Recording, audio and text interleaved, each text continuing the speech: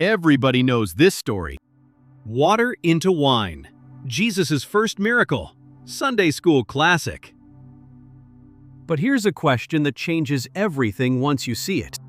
Israel was full of problems: the sick, the blind, the grieving.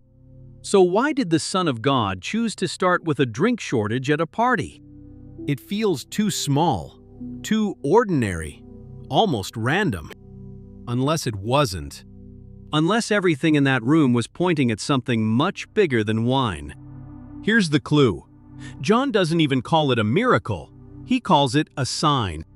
And signs exist for one reason: to point somewhere. By the end of this video, you'll see what Jesus' first sign was really pointing at.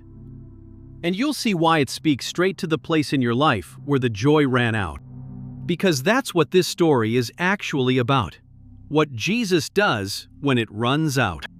Let's walk into the wedding. Cana, a small village in Galilee. A Jewish wedding wasn't an afternoon event.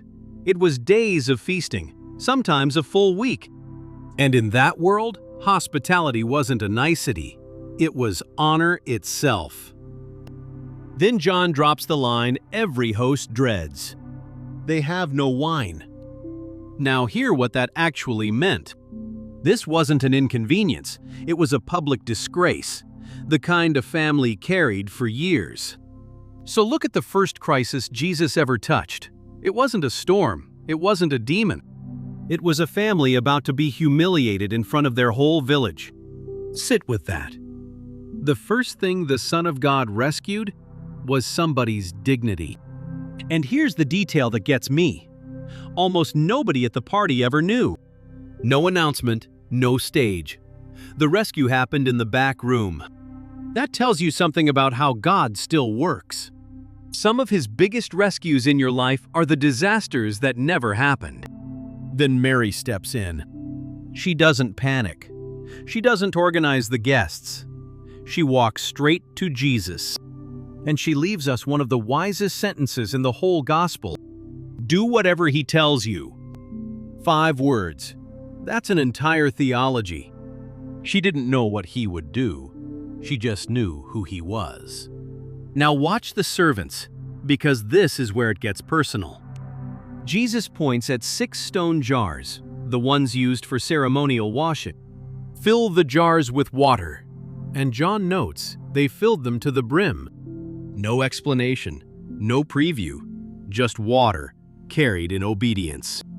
Remember that detail, because the miracle is about to pass through their hands first. Now, why those jars? This is where the sign starts pointing. Those jars weren't kitchenware. They held water for ritual purification. Water for washing hands, for becoming clean enough to approach God. 6 stone jars of religious effort. Try, wash, repeat. And what does Jesus do with the containers of religious duty? He fills them with wine. In Scripture, wine is the drink of celebration. Psalm 104 says God gives wine to gladden the heart of man. And to be clear, this isn't a message about alcohol. In the Bible, wine at a feast is the sign of covenant joy. Now do you see it? The first sign is a swap. The water of endless religious effort for the wine of joy in His presence. Jesus didn't come to upgrade your religion. He came to replace your exhaustion with joy. Isaiah had promised it centuries earlier. A feast of well-aged wine on God's mountain. Cana was the first taste of that promise. Quick pause. If this is already reading different than Sunday school, type "Fill my jars, Lord" below. Because the next detail is my favorite line in the whole chapter. The master of the feast tastes the water-made wine, with no idea where it came from. So he calls the groom over, half joking. Everyone serves the good wine first, but you have kept the good wine until now. Stop right there. That sentence is preaching. Because that's exactly the world's pattern. Best first, then watered down. Best years, then decline. Honeymoon, then routine. passion, then fumes. And the enemy loves to whisper that pattern over your life. Your best days are behind you. But in the kingdom, the order is reversed. With Jesus, the wine gets better. Not because life gets easier, but because he saves his best for further in. Talk to believers who've walked with him for decades. And notice how the whole Bible ends at a wedding, the marriage supper of the Lamb. Cana wasn't a one-off. It was a preview of the ending. Your story with God doesn't wind down. It builds toward a feast. So now let's talk about you and your empty jars. Because somewhere in your life, the wine has run out. Maybe it's your marriage, still functioning, but flat. Maybe it's your faith. You still show up, but it feels like washing jars. Maybe it's just you. Joy got replaced by getting through the week.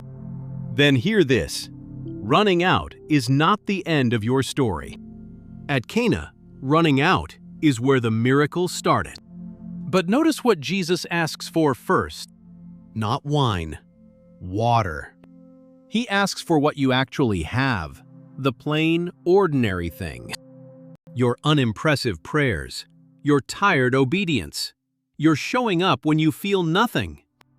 Do whatever he tells you, and fill it to the brim. Not halfway obedience, brim obedience. Because transformation is his job.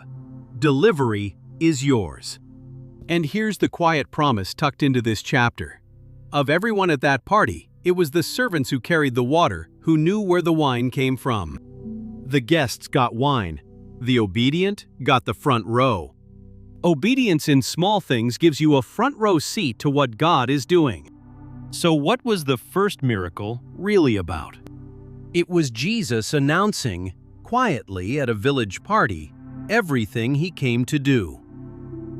To take the watery, worn-out places of your life and turn them into joy. To trade religion's endless washing for a cup that overflows. To save the best for later. And mean it.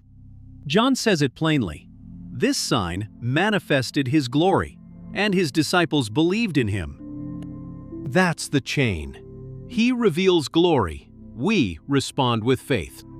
The wine was never the point. The wine was the arrow. So here's where this lands tonight. You can keep rationing the old wine, stretching yesterday's joy thinner and thinner. Or you can do what the servants did. Bring him what you actually have, filled to the brim, and wait for the taste. Stop rationing old joy. Start bringing him your water. If that's your prayer, type, "Fill my jars, Lord," in the comments. That's not a comment. That's you setting 6 stone jars on the table. And share this with someone whose wine ran out this year. You know exactly who. Subscribe to Faith Inc. Every week we look closer at the stories you thought you already knew. And keep this promise in your pocket. The best is still ahead. Blessed are those who are invited to the marriage supper of the Lamb. He kept the good wine until now, and he's still keeping it. See you in the next one.